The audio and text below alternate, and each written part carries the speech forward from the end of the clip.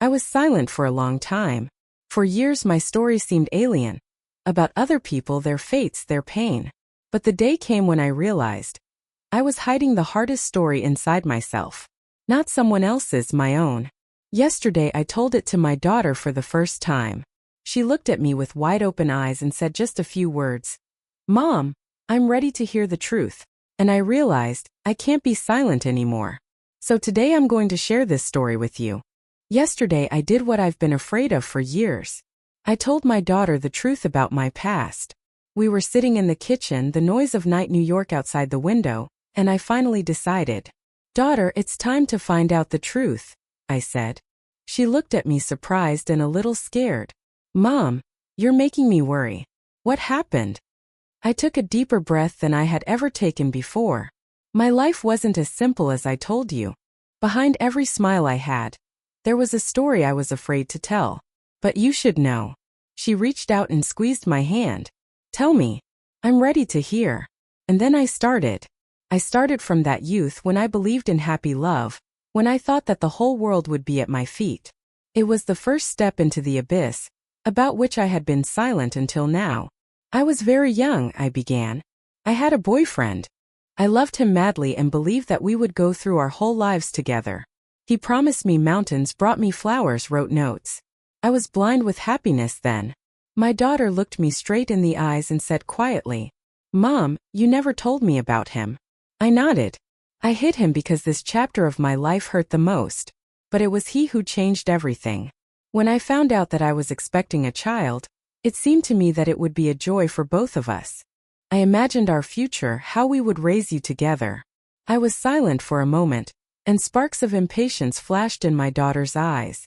And what happened next? She asked. I felt my heart clench, because what happened next was something I hadn't been able to say out loud for years. He wasn't happy, I said quietly.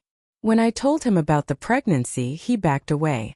His gaze became cold, alien. I expected support, but instead I got silence. And a few days later I found out the worst. He had cheated on me. And not just with someone but with my best friend. My daughter shuddered and covered her mouth with her hand. No. Mom, this is terrible. Yes, I nodded. In that moment I lost everything. My lover and my friend. I stood under their window in the rain and watched him hold her hand. My world shattered into small pieces. I paused, took a breath and added. And at that moment I realized I was left alone. A young girl with an unborn child, without support and without a future. My daughter whispered through her tears. How did you survive? I went to my parents, I continued. I thought they would hug me, support me. But instead I saw condemnation in their eyes. They said that I had disgraced the family. That with a child without a husband, I had no right to even return home. My daughter shuddered. They turned their backs on you? Yes, daughter, I answered. I was left completely alone. No shoulder to lean on, no hand to support. Only cold walls and fear in my heart. I cried at night and asked myself, will I be able to raise you alone? Will I have enough strength? I looked at my daughter and squeezed her hand. You were still in my stomach, but even then you gave me the strength to live. I decided, no matter how hard it was, I would fight, because you were worth my whole life. The daughter wiped away a tear and said quietly, Mom, I never imagined. The nights were the hardest, I told her. The silence was louder than any scream. I lay in a dark room, touching my stomach and afraid of the future. My head was filled with thoughts. What if I can't cope? What if the child doesn't have a normal life without a father? Sometimes I caught myself wanting to just disappear. But then I put my hand where your little heartbeat was beating and told myself, I have no right to give up. My daughter listened, her eyes fixed on me. Mom, were you all alone? Yes. But that was when I learned to live in spite of fear. I got up in the morning and went to odd jobs. I cleaned, handed out leaflets, washed floors. Anything to earn at least some bread. Every penny was for you.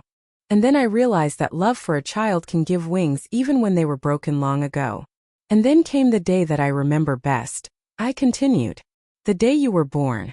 I was exhausted, scared. No one was waiting for me in the hospital corridor. No flowers or warm hands. Just me and the pain.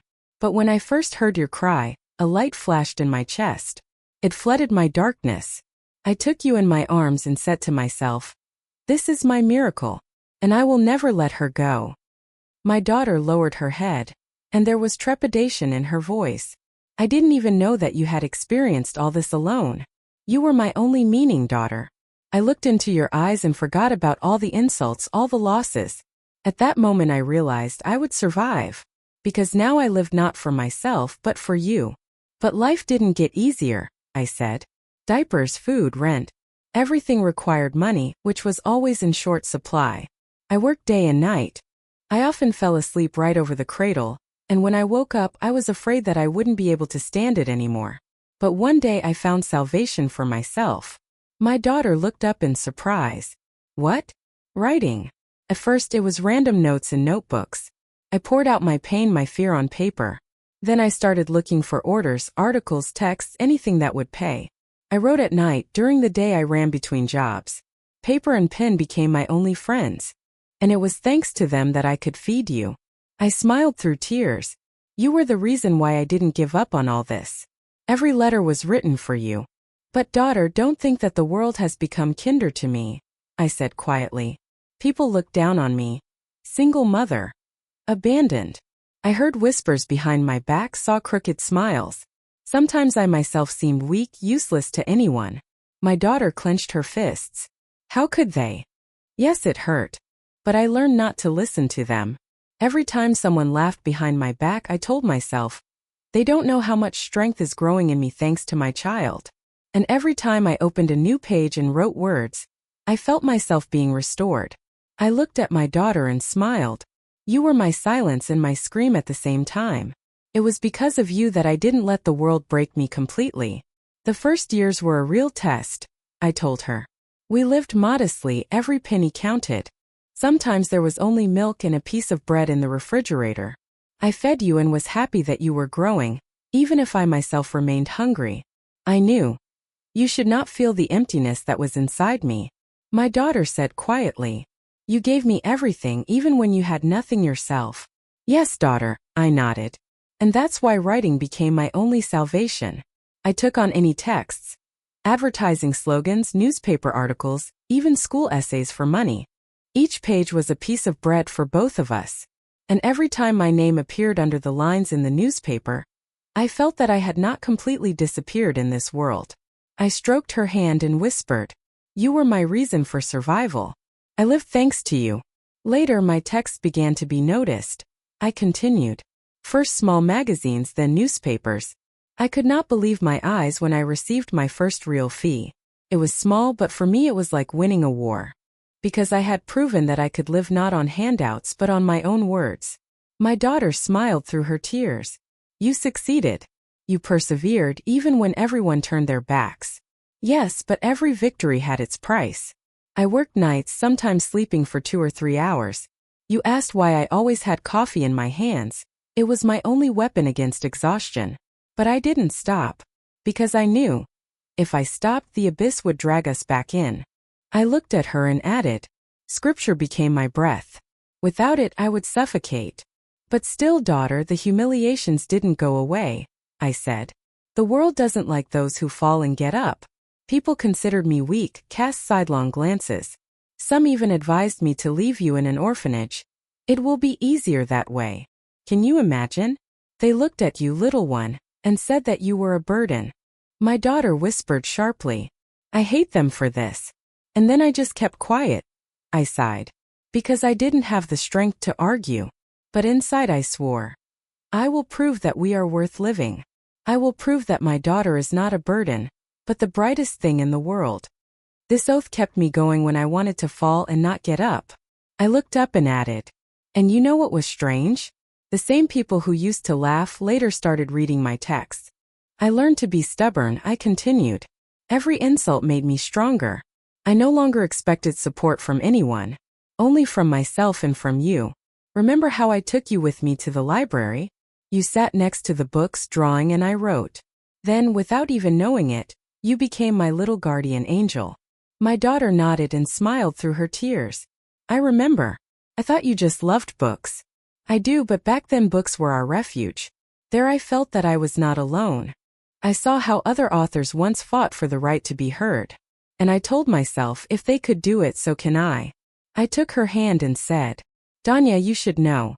Everything I did was for you. Every word, every sleepless night. Danya, I began quietly, you should know that even when life was getting better, the shadow of the past did not let me go. I always carried within me the fear that one day you would learn the truth not from me. That is why I kept silent. I was afraid of your eyes, afraid to see judgment or disappointment in them. She looked at me for a long time, not looking away. Mom, did you really think I could judge you? Yes, daughter, I confessed. Because I judged myself every day. I considered myself guilty that you grew up without a father, that I was weak when I should have been strong most. It seemed to me that silence was a way to protect you from pain. But silence turned into shackles. And now that you're an adult, I can no longer pull them on myself. Mom, I'm listening, she said, her voice quiet but confident. I gathered the last of my strength and spoke. Your father. He wasn't who I imagined him to be. He betrayed me when I needed him most. And what was even worse was that my parents didn't support me. They thought I should be ashamed instead of fighting. And I was left all alone. Her lips trembled. Mom, how did you endure all this? I took a breath and answered. I held on to you. You were my only reason not to fall. And even when I wanted to disappear, I told myself, I have no right. Because I have a daughter who must live. But there is one more thing, I whispered. Something I was afraid to say even to myself for a long time. I never forgave him or my parents. And this pain became my fuel. I wrote because words saved me from despair. I wrote at night so as not to hear my own tears. I wrote because otherwise I would have broken completely. My daughter took my hand tighter. You don't have to be silent anymore, Mom. I am here. Her words were like a relief. And at that moment, I felt like the heavy stone that had been weighing me down for years finally began to crumble. Now you know why I am the way I am.